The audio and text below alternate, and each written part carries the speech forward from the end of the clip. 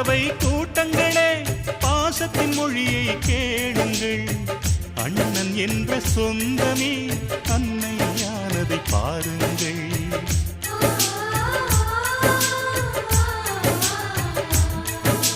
சிலுவைகளை நீ சுமந்து மாலைகள் எமக்கு சூட்டினாய். சிறகடிக்கும் பறவைக்கெல்லாம் வானத்தை போல மாறினாய்.